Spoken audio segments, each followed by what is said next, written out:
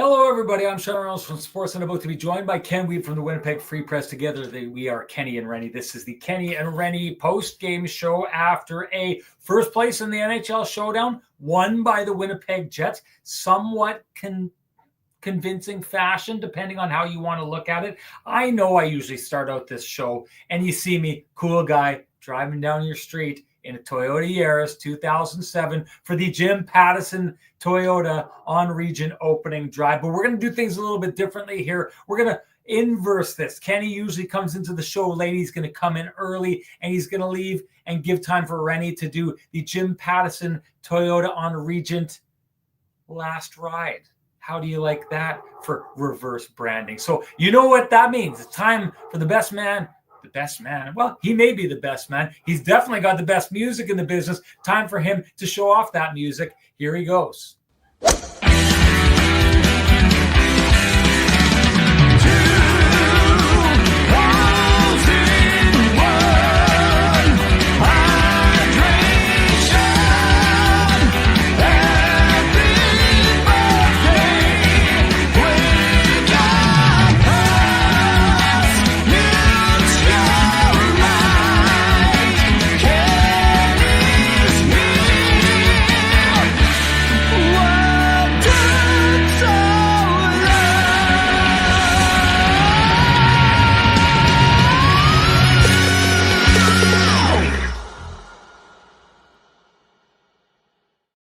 Kenny, Fritchie absolutely nailing it here when he says Renny stepping it up, sick of Kenny looking so good. I'm absolutely up to here with you outdressing me. So I went classic today. The boys at Vittorio Rossi, how do I know this is classic? That's what the boys at Vittorio Rossi told me. Vittorio Rossi told me. The pinstripe blue shirt with the deep blue pinstripe and the black tie. I feel like a 60s gangster from London or something like that. You don't get to corner the market on looking like a hitman. Every once in a while, I get to do it too. And if you want to look or have those looks that kill, you know what to do. Head on down to Vittorio Rossi on Corden. Walk in loudly, proclaim Kenny and Renny sent you. Ask for Frankie and the boys, and they will do you up right. Ken, we got to talk some hockey because this is a big game. Big result for the Winnipeg Jets. But I would be remiss if I didn't ask you about the feel in the city there where you are about to go in and watch history being made. The next World Series champion crown, you're about to go see it. What's it been like there today? What's it feel like before you head in there? Yeah, super interesting, Sean. We're going to have some ambient noise probably from a few of the trains that are rolling into town here. I'm perched up at Union Station after getting off the Up Express from the airport.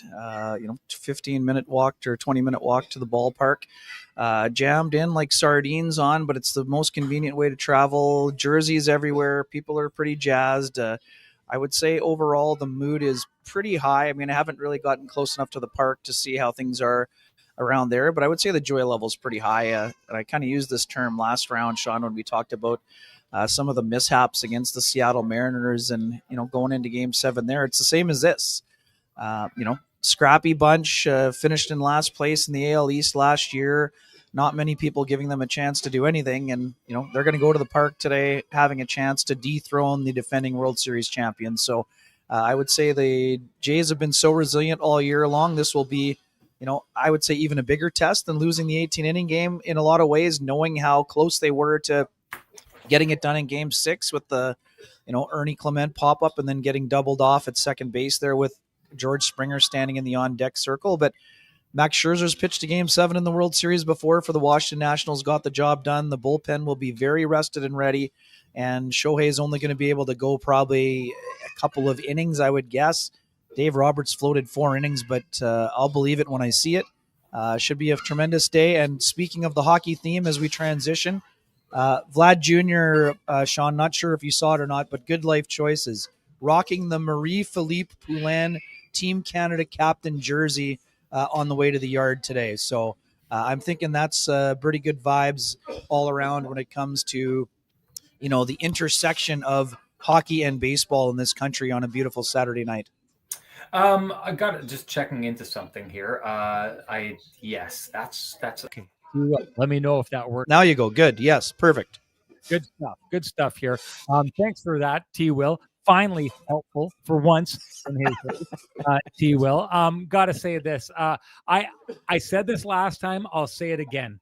The mistake Addison Barger makes in that last game, the mistakes made in that 18-inning game before that. This is one of those situations where we're seeing the guys who have been there before and the guys who haven't been there before. In that, you don't get to the World Series and continually give away opportunities, right? Now, I agree with you. The Blue Jays all year, this is what they've done. It's been their MO to bounce back, and it's good to be that team that bounces back. I just think to myself, there's a really good chance that not a good chance. In my belief, the Jays already should have been celebrating a World Series. They should have been celebrating that after Game 5 in LA with the base running errors that were made in that game, with some of the, the overthinking I thought was happening with the manager, young manager versus, that established guy. And in this last game, you just can't be giving those kind of things away, right? Like George Springer coming up to there. And just, I thought in the fact that the Jays go from, I'd said this to you, they go from none out, runners on second and third, and 3 pitches later, the game is over. Imagine being in the seats and it was just, everyone was stunned, Sean. You're looking around like, oh, the game's over. Yeah. You can't write this kind of stuff, and you can't write it because you're not supposed to be making those kind of mistakes at that time. Addison Barger, hey, this is a guy, they're not where they are without him. That's a mistake that can't be made. I worry that we're going to be looking at this and saying, hey, the young plucky guys and the youth ended up, the not having been there ended up biting them. And that's why we're talking about the evil empire, or one of 2 evil empires in the Major League Baseball, getting to that spot. I worry about that, but I have hope in what the Jays do. Either way, you're going to enjoy it there. Speaking of a team that over the years has kind of really, established itself, learned from its mistakes, kept going forward. The Winnipeg Jets are clearly that team. Now, people were talking about it as, this is a first place showdown here. And the Winnipeg Jets went out and put themselves where they're first place in the league again, Ken. And I thought this is crazy how long this has gone on for the Winnipeg Jets. Yeah. You see, this is the 4th year now. 4 years ago, the Winnipeg Jets are a team that comes out, surprises everyone after missing the playoffs. They're first in the West. They kind of plummet, but they put themselves in that rarefied air, right? Then the next year, they're in first place a couple times in the league, and then they end up finishing 4th. Last year, they're President's Trophy winners, and this year, again, without feeling like they've really got to the top of their game, here we are, kind of like almost without effort, they're first place in the league again. And I just kind of wanted, before we get into the small picture and buttoning down this game, kind of big picture, the fact that for these 4 straight years, the Jets have established themselves as one of the top teams in the NHL for 4 straight years here. Just your thoughts on what it takes to be the kind of team that has that level of consistency for that long. Well, it's wild, Sean. And, Scott O'Neill, when he got the job after Rick Bowness decided to, hang him up as a head coach, the way he talked about working on his brand, Sean, the Jets have been working on their brand since 2011 in a lot of ways. And certainly since that core group got a lesson in 2018 and went on a run. So to me, the Jets have just been working on that brand of hockey. And we talked about it in the first 10 games or 9 games, they didn't really spend a lot of time playing in that brand long enough for you to believe it was a sustainable way. This year, they were slower out of the gate. There's no way to describe it, even though it hadn't hurt them in the standings. But now in the last couple tests, Sean, we talked about how Thursday was the, young kids on the rise, patting them on the helmet and saying, you guys are on your way, but, you still got some work to do. Well, today, the Penguins aren't a young team, Sean. They're led by veterans, and those veterans are still leading them offensively. But the Jets kind of gave the Penguins a not so fast type of situation today as well. It seemed like to me, I know you're in the building, you might have a better feel than I do, but to me, it was sort of like, well, this is a really nice story. And I mean, I know Scott O'Neill kind of made light of us in the media everyone's saying they're going to be in last place. They're the only team tanking, and there they are at the top of the standings, which it was funny. That was a good use of time at the podium. But I think there was a part of Scott Arniel that also wanted to say to his team, hey, these guys are a nice plucky bunch like you were once in a while, a while back. Let's show them or try to get to as close to our A game as possible. I thought that the Jets did a really nice job in a lot of fronts. And again, anytime you have a start like that, goal within 15 seconds, 2 goals in the first 3 minutes, it kind of, it's like the boxing match. You go in thinking you're feeling good about yourself, and all of a sudden you got one in the nose, like on the first punch that was thrown, and all of a sudden you're on the defensive. And it just seemed like the Jets were a little bit more comfortable in structure today. Again, we've talked a lot about Neil Pionk needing to find his level. I mean, he hasn't been speaking, we're talking more generically about the team, but he hasn't been at his level yet either. But today he was a lot better. Analytics, the underlying numbers show that. That's the style that they need from Neil Pionk, and that's the style of game they need as the group as a whole. I love what Scott Arniel did, throwing the fourth line out there after the empty netter late in the game, giving them a, pat on the back shift to wrap things up there. Top line obviously set the tempo and the tone. Gabe Velarde continues to be an absolute machine. And, again, we're going to get to the rest of the stuff. Brad Lambert, we've been talking about a ton. We're going to dig in that in a long time. Sorry, I didn't mean to veer off the highway here. It's impressive, Sean. The way the Jets have established a gold standard for themselves in terms of getting off to hot starts. We knew it wasn't going to be 15-1, but if I had told you the Jets would be 9-3 with 0 games played for Adam Lowry, Cole Perfetti, and Dylan Sandberg, I'm not 100% sure most people would have believed that record, but right now they've got a great record, the best record in the league, and they're only starting to lean into their game, it feels like to me. So again, are you going to keep up a 9-3 pace? Probably not, but the Jets are showing that their system is back to being a little bit more sound. And when that system is sound and you get good goaltending, your results generally have been able to follow. I'll just say this about their starts. The Jets, that was sometimes their problem last year. Like, if there's anything that the Jets have not been able to button down 100%, like they have so many other parts of their game, it's those starts, right? But this is why those starts are so important. And, Scott Arniel said it after the game, and it makes sense. A lot of times in these afternoon games, sometimes it's the first team. Now, the last afternoon game that they played, they weren't the first team to wake up, but they still came back and found a way to win it, which just goes to show you about, what I'd said before about the different ways of them winning games. But this game kind of just shows me, and I thought so right off the bat, like, boom, 15 seconds in, they're up 1-0. Then a couple minutes later, boom, it's 2-0. That's quite often enough for the Winnipeg Jets, right? Like, it wouldn't have been enough tonight because the Penguins score 2 goals. But so often with the Jets, because they're so buttoned down and ironclad defensively, the way that you're talking about, Ken, it can just really leave the opposition with that feeling that we're down 2-0. This game's over, right? And you know what's tempting in the NHL, Ken? In the grind of a schedule that you have, and quite often, especially if you're on a road trip, you come rolling into the opposition's building, and all of a sudden you're down 2-3-0, and it's early in the game. It's very, very tempting to say, it's not our night, shut it down, get out here, save our energy for the next stop on the road. Yeah. And that's the way. Now, the Winnipeg Jets aren't that team. They never do that, right? The Jets are always pushing to try and get back into a game.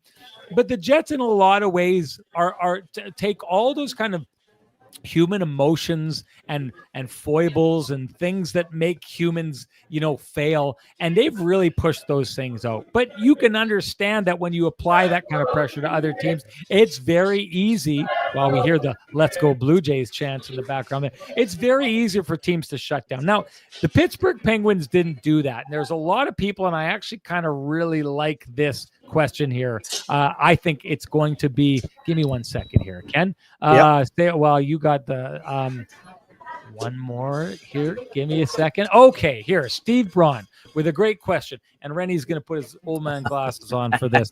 The Jets A, dominant, B, the Pens are fraud, or C, all of the above. I'm going to give this the Flame and Comfort Hot Take Award because there's no third option here to say the Penguins are actually pretty darn good and the Jets still beat them. And that's what's missing here, because my only options are the Jets are dominant, that the Pens are fraud, and add that into the whole thing. I thought the Pens played a really great game here. And I went and I checked Natural Stat Trick, Ken, to go see how the play was carried in this game. And if you take it, there's ups and downs, but the Pens are actually pretty close to the Jets in this game, in the way they execute this. After they go down 2-0, they carry a massive chunk of play in that first period.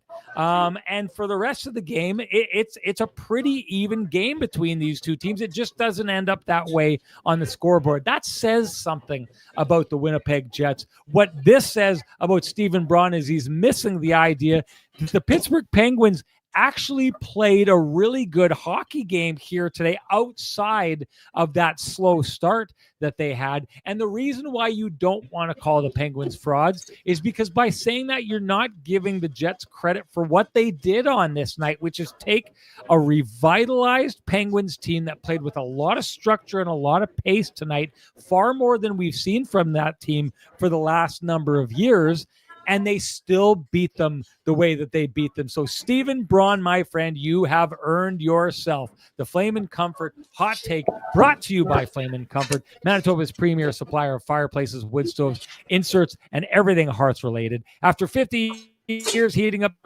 your world, Flame and Comfort has moved to 1465 St. James. Go down, check it out. I'm telling you, it is one of the most impressive showrooms you will find in Western Canada.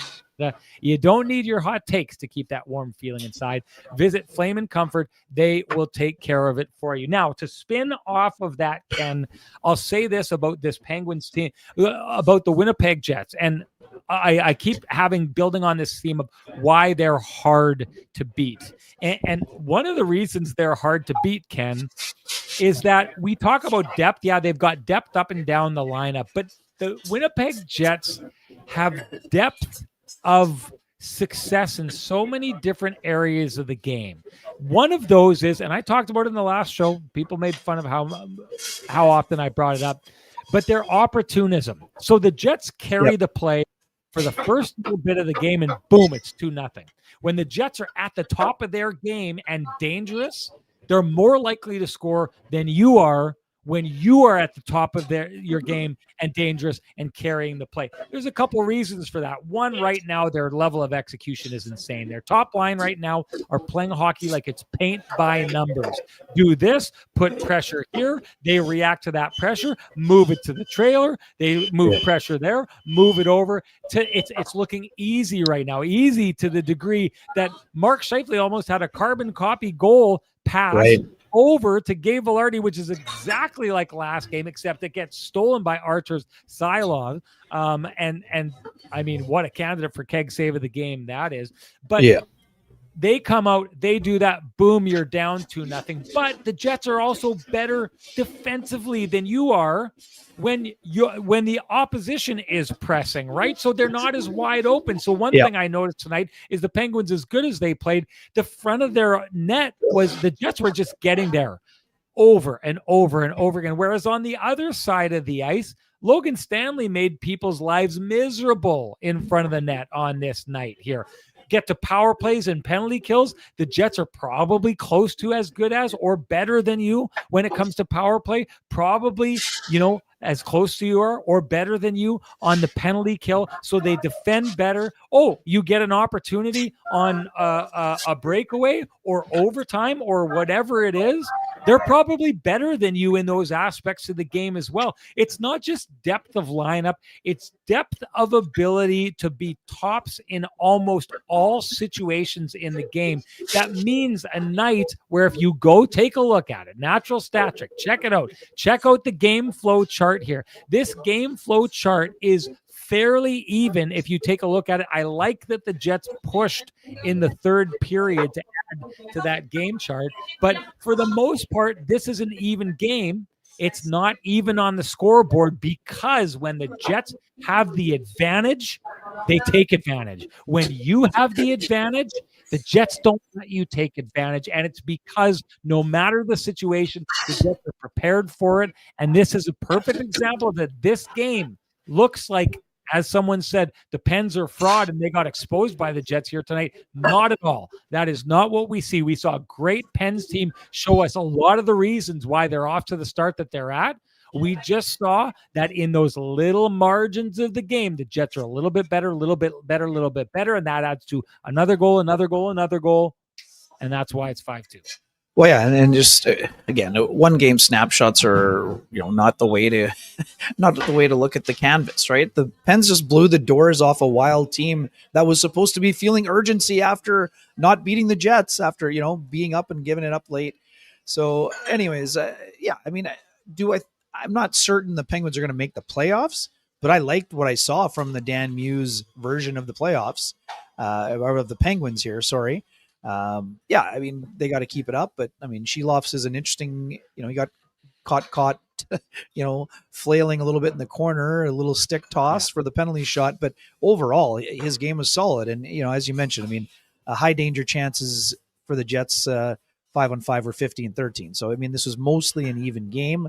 You have a shorthanded, just absolutely ridiculous deke backhand breakaway penalty shot shorty, and then you have an empty netter at the end. So, anyways, again, the frauds talk. We know why it's out there, but I mean, I think it might have been a little bit more in. This might be one of those examples where maybe he was using it a little bit in jest, but it's only up to Steven to say that. But based on his gracious acceptance of the award and thanking the Academy, maybe he wasn't kidding. So.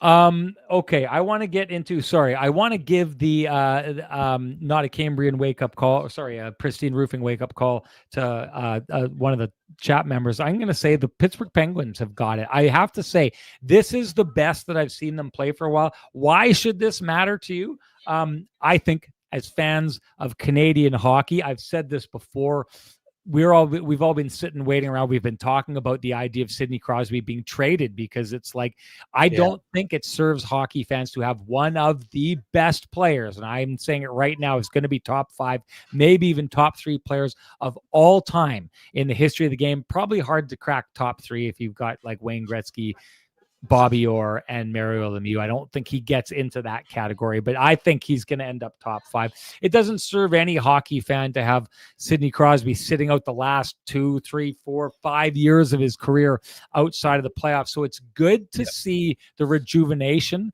that we've had there. I like that energy seems to have made its way to not only Sidney Crosby, but Evgeny Malkin. They looked really good on this night. Again, they've, in my mind, got the Pristine Roofing wake-up call. It's just the Winnipeg Jets are that good that they can handle a team that gets the Pristine Roofing wake-up call, and you know what that means. Time to give North End Rick the Pristine Roofing wake-up call at 204-981-6289. He's the guy you want down at your place to check out all your roofing, siding, and exterior needs. You can also call Pristine Roofing directly at 204-237-7663. Give your home the Pristine Roofing and Siding wake-up call. You will be glad that you did. Okay, before we get to some of the other kind of things here, we got to get to and give our time to not only the first line, and I know Kyle Connor was great here tonight, and we should be talking a lot about that, but Mark Scheifele, I believe, is first place in the NHL in scoring now after this game here tonight. Mark Scheifele is on an absolute tear, and I'm just going to say this. There's no doubt he's been scoring, and you can score a great rate with Cambrian Credit Union. Getting a mortgage doesn't have to throw you off your game while you focus on Home Sweet Home. Our friends at Team Cambrian Credit Union take care of the mortgage part with their low rates. Whether you're looking for a new home, renewing, or making the switch, Cambrian is your mortgage MVP. They can help make the next season of your mortgage path easier and help save you money. Now, that's what we call a win. Head to cambrian.mb.ca/rates for more. Mark Scheifele, I don't know, Ken, that I had it on my bingo card that at this stage of his career, ask me, go back 5 years. If you would have said at some point Mark Scheifele may end up leading the NHL scoring at some point of the season, let's understand. We know that this is just a time and place. It's right now. I don't know that I would have thought, I would have expected it potentially to happen. But this late in his career, like, take a look at stuff like this. Taylor Hall, who is an outstanding first overall pick, Sagan, who went second behind him. Think about those players. They're 1 year older than Mark Scheifele. Think of what age has done to those players, where they are at this stage of their career. And like, I think it would be very hard to argue that Taylor Hall, who has a Hart Trophy in his trophy case at home, it would be very hard to argue that Taylor Hall is still climbing, still has not hit his peak, or is at least peaking right now. You would be crazy if you argued that. You'd be crazy about, you know, a guy like Tyler Sagan arguing that. Mark Scheifele is showing us now that his peak still looks like it's in the future, or at least, at the very least, he's peaking right now. What does it say about this guy that he's doing this at this stage of his career and making it look like Mark Scheifele should be the best version of himself, not just now, but probably can for a year, 2, 3 years to come? Yeah, it's wild. And again, no victory laps after 12 games, but my early season prediction of Scheifele having his best year ever this year is off to an okay start. And, you know, it's funny, about a week or just over a week ago, Gabe Vilardi said if I could score, Mark Scheifele would have 20 points. Well, Gabe Vilardi scored in each of his past 5 games, and there's Mark Scheifele up to 20 points on the season. So he was sort of looking a little Nostradamus-like, looking into the future when it came to those comments. But I mean, obviously, I know he meant that he would already have been at 20 points. So the fact that Vilardi's slow start, I think two assists in the first 7 games, Scheifele could be at 25, 30 points or 25 or higher right now. So to me, yeah, it's been just incredibly impressive. You can tell me, was Kyle Dubas at the game today, Sean, or no? Did you see Kyle? I didn't see. No, okay. Sorry. Anyways, we know he's on the Team Canada, management team there as well. So again, it's just another important game. And we've known this about Mark for a long time. I do think, like, one of his first couple of years in the league, I think he was around either tied with McDavid and Matthews, or right around the scoring lead for, in November at one point. But the fact that he's doing it right now is pretty impressive to see.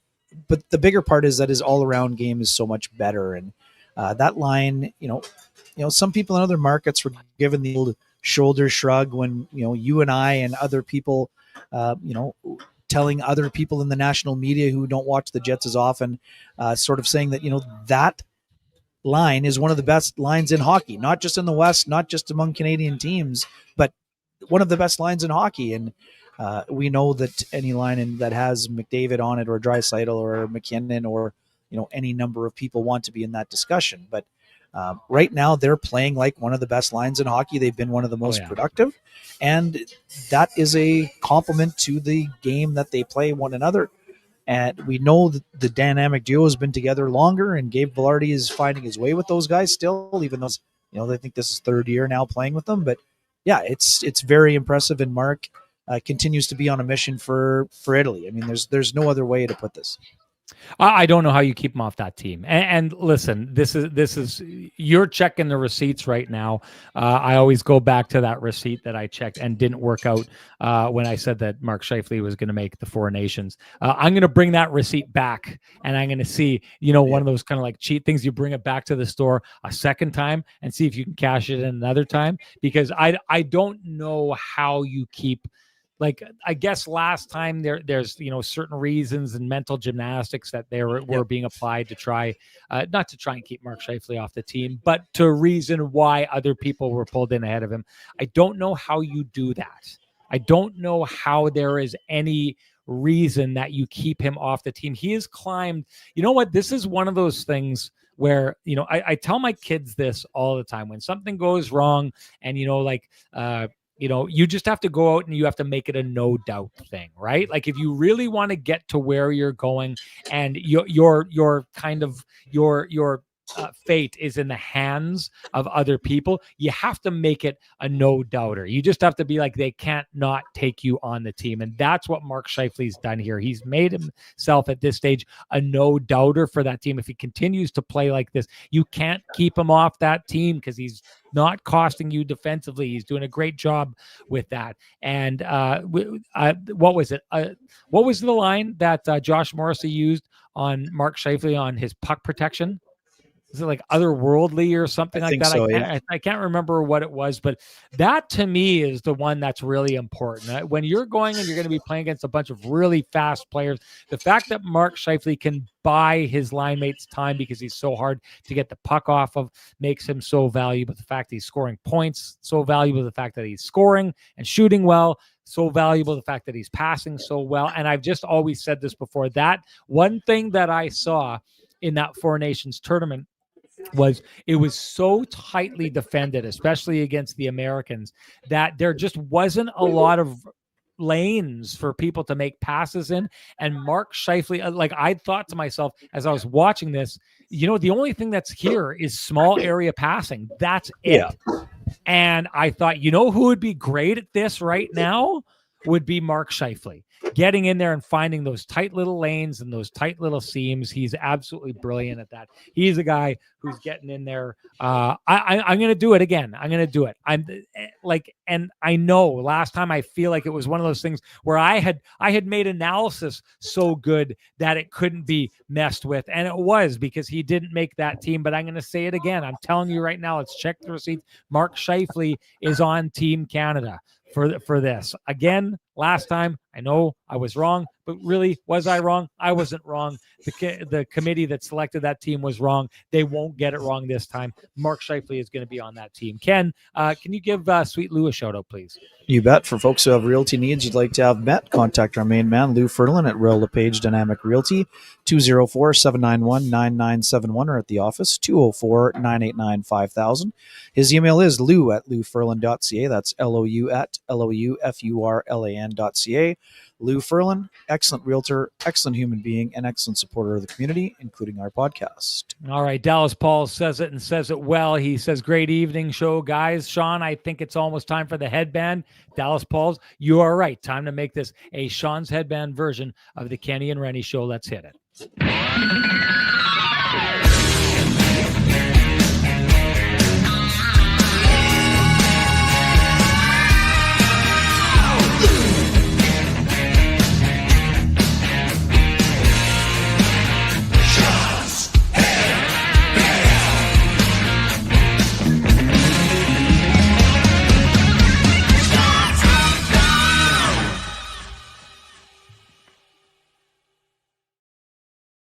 Ken, you've got a ways to go to get to those seats, don't you?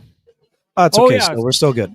Sorry. I want to say, as we usually talk about when the headband goes on and wraps around this giant skull of mine, shoebox head is what I've called it in the past. It's a great description. Honestly, if you ever meet me live, take off your shoes, hold them up to the side of my head. They would fit inside my head.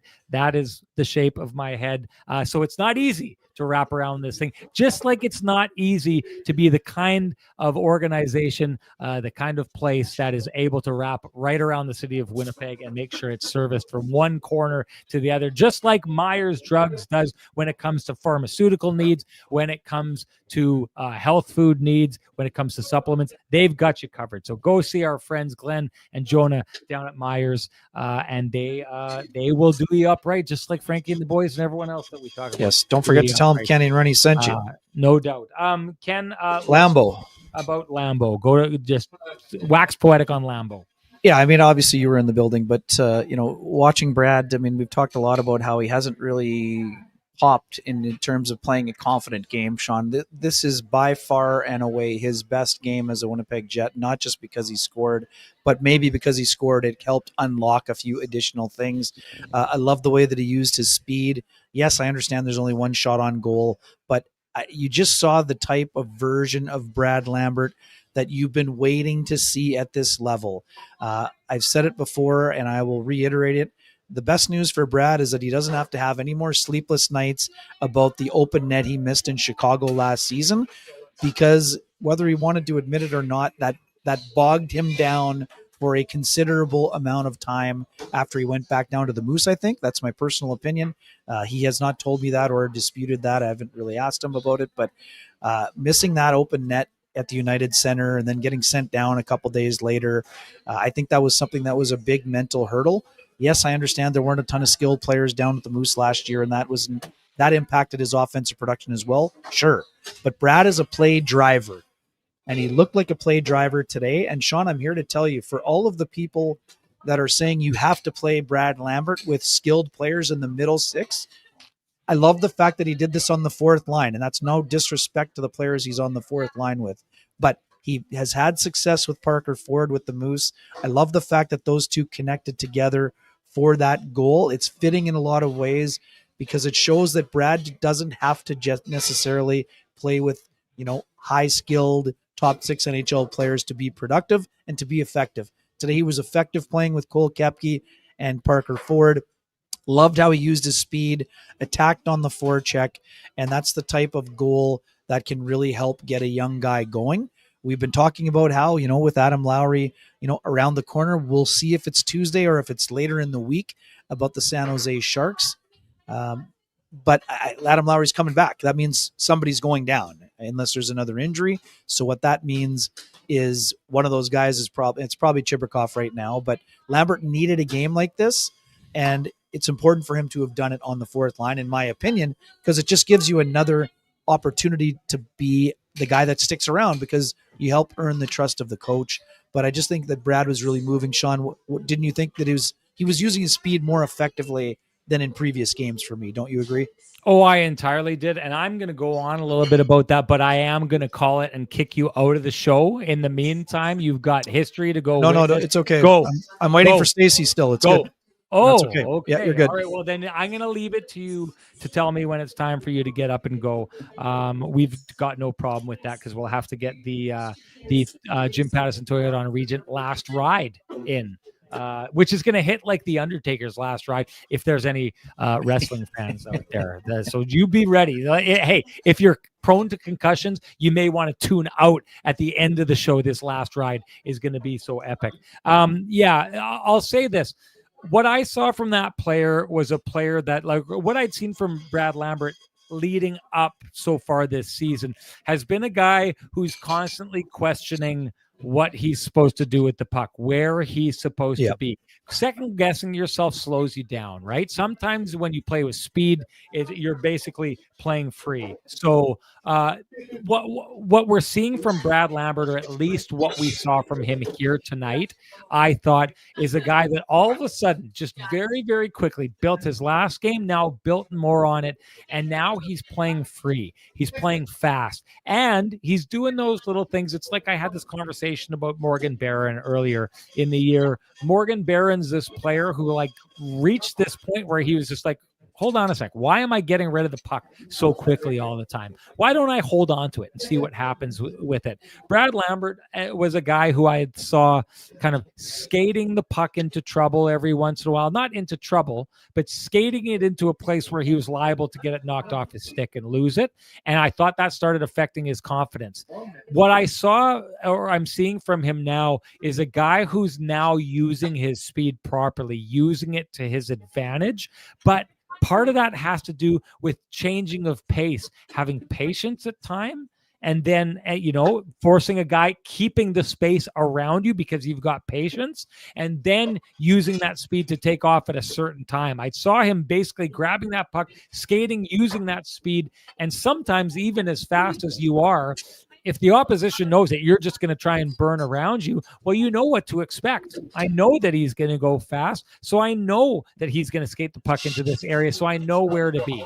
He's mixing things up a little bit. He's finding pockets in the ice. He's using that different change of pace. And what it's doing is it's making his speed more effective, if this makes sense, because he's not using his speed every single second of the game. Okay. Even Connor McDavid, the fastest player in the game, it's that switch. It's that going from third to fourth to fifth gear that really makes him hard to cover.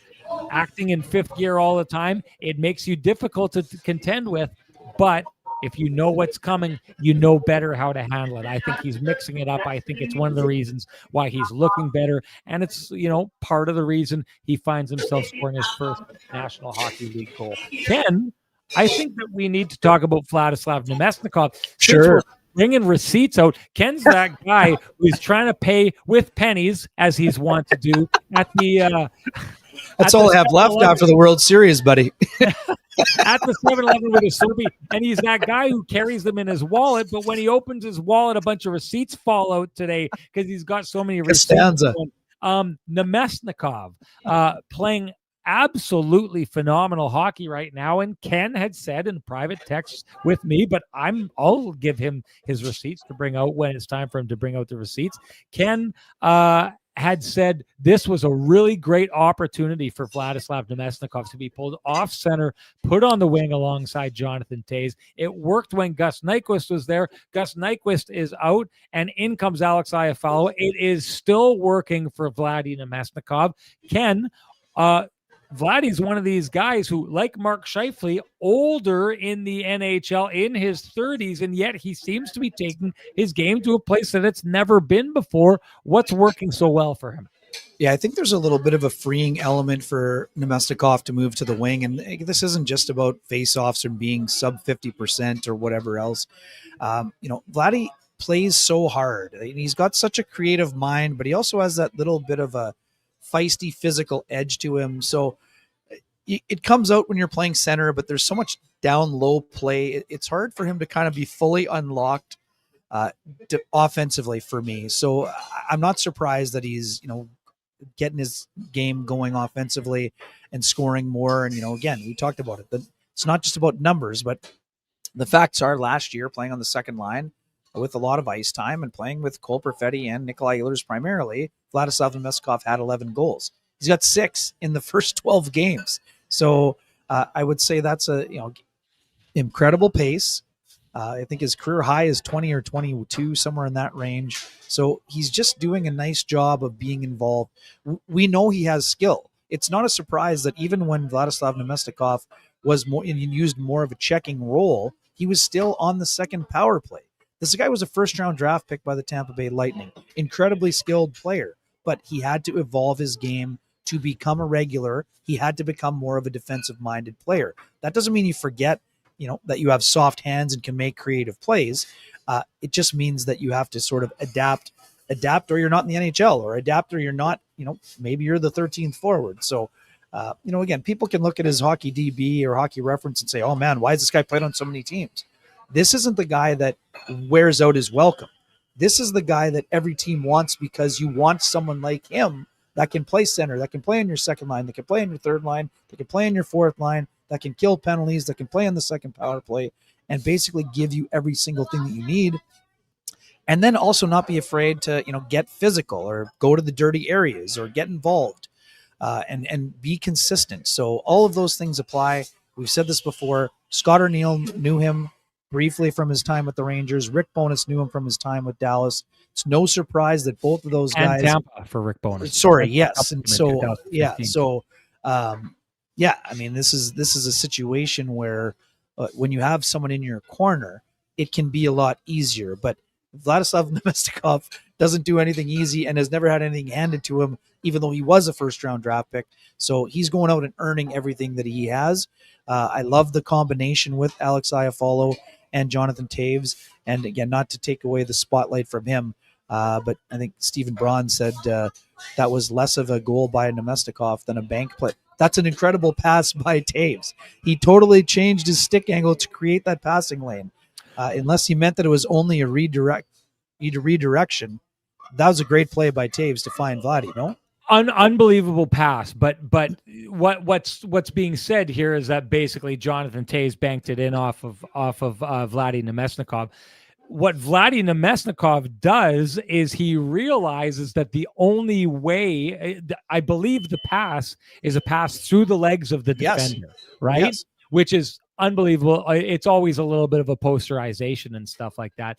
you're not giving credit, and I'm not saying you, I'm saying our audience is not giving credit to Vladdy in that situation, putting his stick in the one spot that he knows Jonathan Toews can get it to, which Great is, play. hey, do this. And then it's the deception that comes with the changing of the stick angle and then putting it through the legs, which is why the pass gets through, right? So it still takes an absolutely unbelievable play by Jonathan Toews to get the puck there, no doubt. And no doubt the most gorgeous part of this play is Jonathan Toews, and it doesn't happen without Jonathan Toews.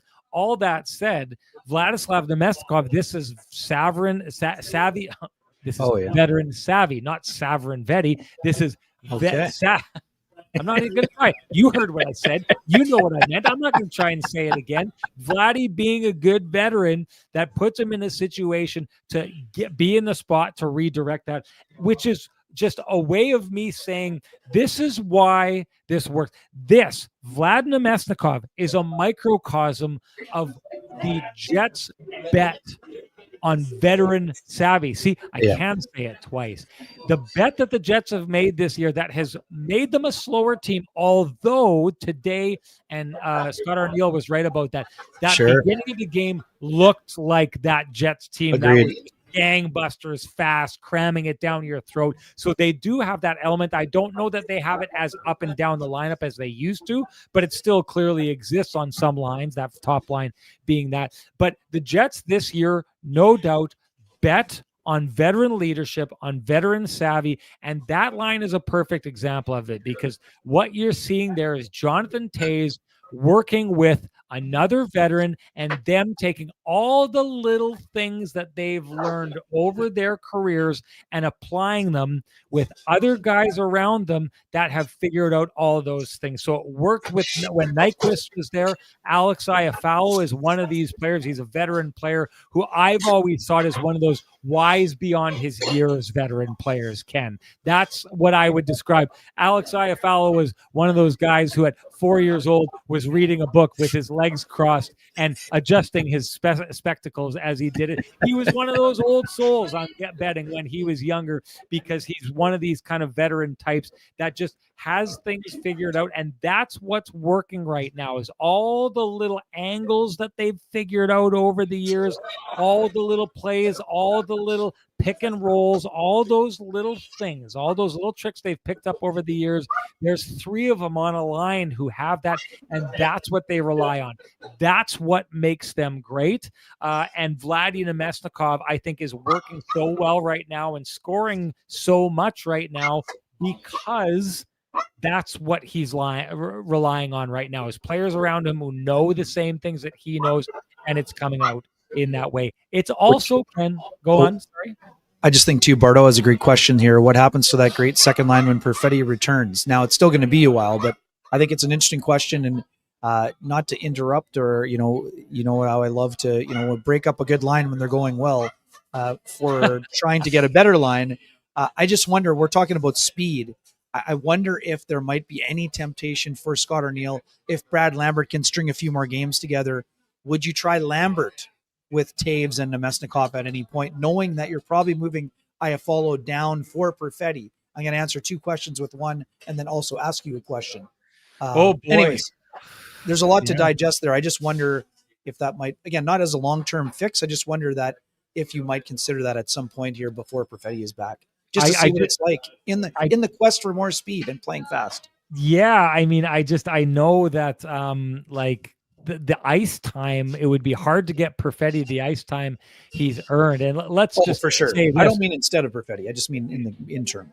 Yeah, I know what you mean. And I just the idea of moving Perfetti down to get him alongside Alex Iafallo. And I mean, maybe, the answer then just becomes it's a challenge to the coach to make sure everybody's getting enough ice time. And it sure is a heck of a problem to have that you're going to be getting Adam Lowry back, and he's going to earn his ice time out there. And clearly, like you said, the first line is in the conversation for best line in hockey right now. They've clearly earned their ice time. Jonathan Toews is doing his thing. How do you find ice time for everybody? But wrapping my head around the idea that just quickly, let me just clarify. I meant Perfetti with Toews and Namestnikov. I just mean until Perfetti's ready, would you have any temptation trying Lambert there to give a little extra speed to that line, even though you're obviously you're going to lose a little bit of the tenaciousness of Iafallo in the quest to play faster.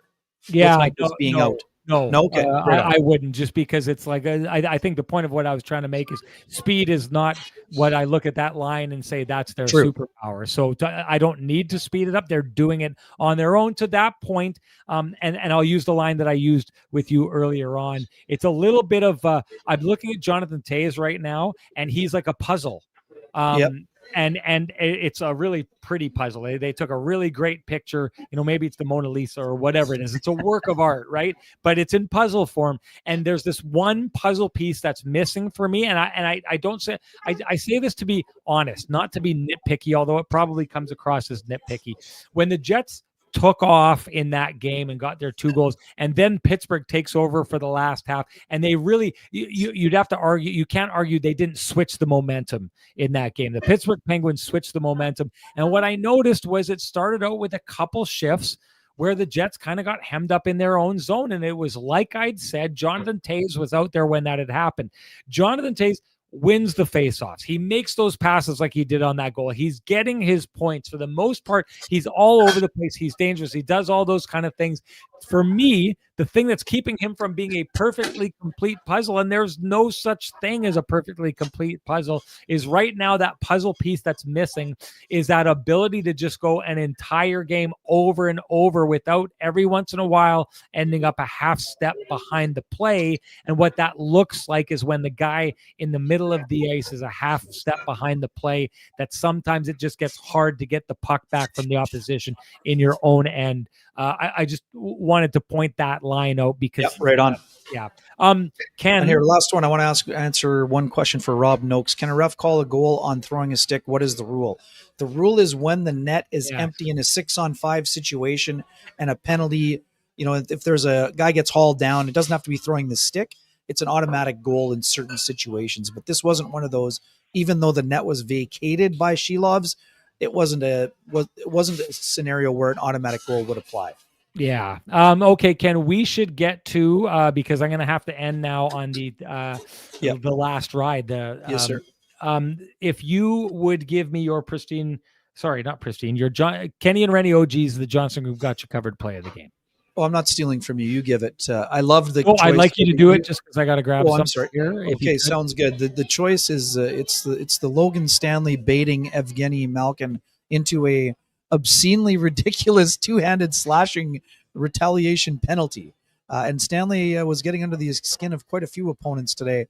An honorable mention, Parker Ford, for his shift against Crosby there, Sean, which was exceptional. He sort of he was on him like a wet blanket on that shift. But I'm going to give it to Logan Stanley for inciting that minor penalty by Malkin. That he's kind of lucky it was only a minor in some ways. That was pretty vicious. I meant, Ken, give yours. Don't steal mine that I gave you, that I texted you. What the heck is going on here? But anyways, that's fine. Sorry, Parker Ford was mine then. Okay, all right, there you go. Well, don't be taking credit. Don't be taking credit for my stuff over here. I had really liked what I said. Okay, so, yeah.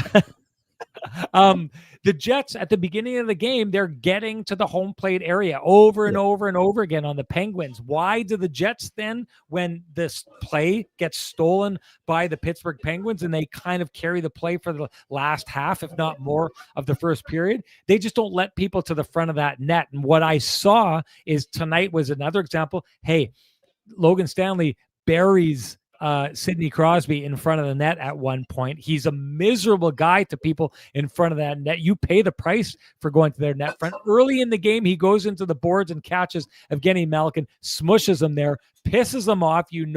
Malkin is pissed off. Then he's all up in his kitchen, draws that slash. Hey, Evgeny Malkin, I thought was great in this game. He could have been top level great, but I think that he had a bee in his bonnet for a good chunk of the game because he was pissed off at Logan Stanley. This is what Logan Stanley was always supposed to be.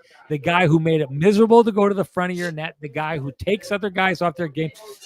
Rick Bowness, I think it was a couple of years ago, pointed out like there's a certain way we want him to play. When he plays that, he can be a really effective guy. He's got to that. He's a misery to play against, and he has the capability of, listen, When's the last time you saw a player on an opposition team, and you probably got to go to the playoffs, and you probably have to go to Braden Shen, who got so in the grills of the Jets' best players that it took them somewhat off their game? Hasn't happened in the regular season, but Logan Stanley is out there doing that to the best players on the other team. For that, I have him as my Johnson Group got you covered, Kenny and Renny player of the game. And hey, do you run a small business in Canada? Look to Canada's #1 employee benefits plan, Chambers Plan, to give you a competitive edge. Chambers Plan is the simple, stable, smart choice for over 30,000 businesses countrywide. Visit chamberplan.ca to learn more. And that is the got you covered Johnston Group. Kenny and Renny OGs got, I'm going to give it player of the game when it comes to having it covered, which brings us to our hashtag the keg save of the game. What do you got, Kenny?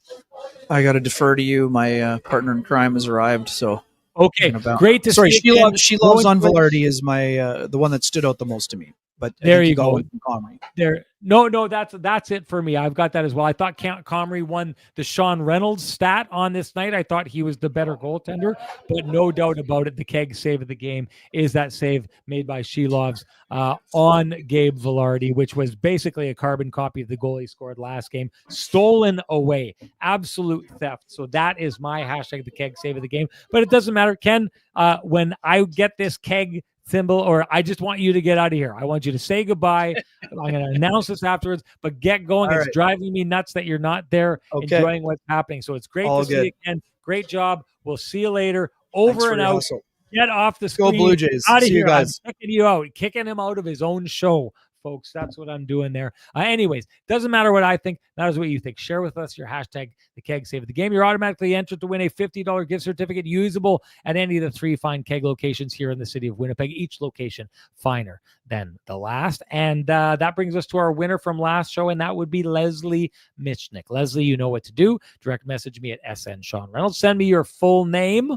Send me an email. I'll have the fine folks at the keg send you a $50 gift certificate usable at any of the 3 fine keg locations here in the city of Winnipeg. Each location finer than the last, which means it's time for the Jim Pattison Toyota on Region last ride, folks. And you know what I wanted for this? I wanted it to be just us, because I'll tell you something. Now that he's not here and he's not listening, I can tell you, I would never leave you like that. Rennie's here for you. This is how it goes. The most important thing to Renny is the K in our audience. So Rennie's here. The K in our audience is right here. Clearly, you just saw from Ken that in the pyramid of importance, here's Renny, here's the K in our audience. But Kenny thinks he's up here, folks. Okay, I would never do that. Who loves you and who do you love? Renny. Renny loves you. He's the guy. And just so we know, just so we're clear, who loves you? Who do we love? Hey, sometimes people leave Easter eggs.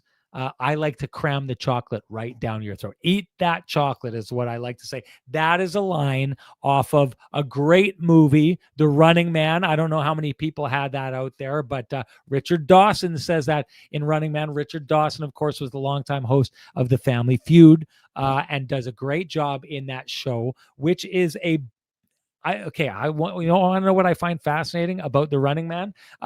It's based on a book by Richard Bachman, and it's actually a strong departure. It's all about this futuristic world in which they have this game show where someone's basically running for their lives. That's the show, but it's entirely different, although it's great. And the ending of the book version is phenomenal. Great book by Richard Bachman. For those of you who are into literature, Richard Bachman, it's not the only movie written off of book by him. He also wrote The Body, which ended up being the movie Stand By Me. He also wrote, I believe the title is Rita Hayworth and the Shawshank Redemption, which became the Shawshank Redemption. Absolutely wonderful movies. All 3 of those are wonderful movies. Another thing you may not have known about Richard Bachman is not real. Richard Bachman is a pseudonym. A pseudonym is a pen name. A pen name is basically, a name for someone to hide their identity. Authors often do it. The author who is actually Richard Bachman, is Stephen King, for those folks out there who did not know that. Stephen King was criticized for being so popular that he could be, I mean, think of that, being criticized for being so popular. You know, it's kind of like, you know, someone that you may know. Who loves you? Who do you love? It's me. Stephen King, so popular that it was said he could publish his laundry list and it would go to #1 on the New York Times bestseller. So he goes out and he creates the name Richard Bachman and writes under it to try and prove that wrong. And in the end, what he does is he kind of proves it both right and wrong. He proves himself right because what he does is Richard Bachman has the kind of success, you know, new authors could only wish for, and obviously write some really great stuff. Hides in the fact that Stephen King is the king of horror, and those books that I'm telling you about, they're basically not horror. They're you know, I don't know, like literature. Shawshank Redemption is just a great story. So is The Body, Stand By Me, so on and so forth. But he kind of proves himself wrong in the way that Richard Bachman never reaches the heights that Stephen King does. Two things can be right at the same time, right? You know, so fence sitters like Kenny, sometimes they're actually sitting on the fence for a good reason, because they are basically, you know, there may be two things right at the same time. I think most of the time he's just sitting on the fence, to be honest with you folks.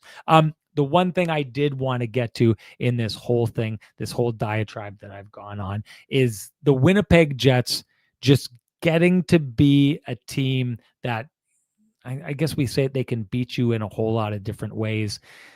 I don't look at it like that. They're just so good in every single way. This game here, I think, is an absolute perfect example of that. The Jets, bucking something that I've said in the past. You've heard me talk over and over again about the Jets in the years past and how they're the first team to get to their game.